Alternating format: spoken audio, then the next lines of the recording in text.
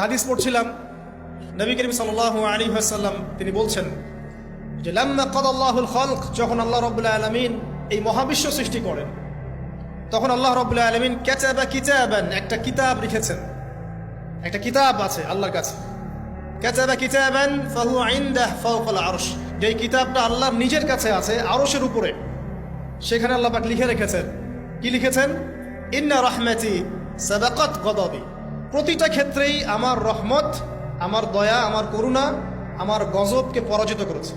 মানে আল্লাহ রাব্বুল আলামিনের গজব এর উপরে আল্লাহ পাকের রহমত অবস্থান করছে। জীবনের কোনো ক্ষেত্রে হতাশ হওয়ার কোনো সুযোগ নাই। আজকে পারিবারিক ভাঙন বলেন, ব্যক্তি পর্যায়ের আত্মিক ধ্বংসই বলেন, সমাজের বিপর্যয় বলেন, যাই বলেন, পিছনে একটা বড় কারণ আছে। সেটা হলো আল্লাহ থেকে দূরে থাকা মানুষ, আল্লাহ থেকে হতাশ হয়ে যাওয়া। আর এই কাজটা শয়তান করিয়েছে মানুষকে আল্লাহ থেকে দূরে সরানোর জন্য। কিন্তু আল্লাহ রাব্বুল আলামিনের কাছে কেউ যদি যেতে চায়, মন থেকে যদি আল্লাহকে একটা বারও ডাকে, আল্লাহ পাক এক ডাকের মাধ্যমেও তার গুনাহ মাফ করতে পারে।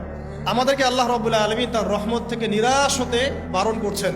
যে যত পাপ করেছে জীবনে, যদি একটা বার কেউ যদি আল্লাহ পাককে মন থেকে ডাকে, চোখ দিয়ে ঝরঝর করে পানি পড়ে, আল্লাহ পাককে বলে, সিজদায় গিয়ে পড়ে আল্লাহকে বলে রব্বিক ফিরলি, আল্লাহ আমাকে মাফ করে দাও, তার মনের মধ্যে যদি সততা থাকে, মন থেকে যদি সেই কথাটা বলে থাকে, আল্লাহ পাক শুধু তাকে ক্ষমাই করবেন না, তার সমস্ত গুনাহগুলোকে আল্লাহ নেকি দিয়ে পরিবর্তন করে।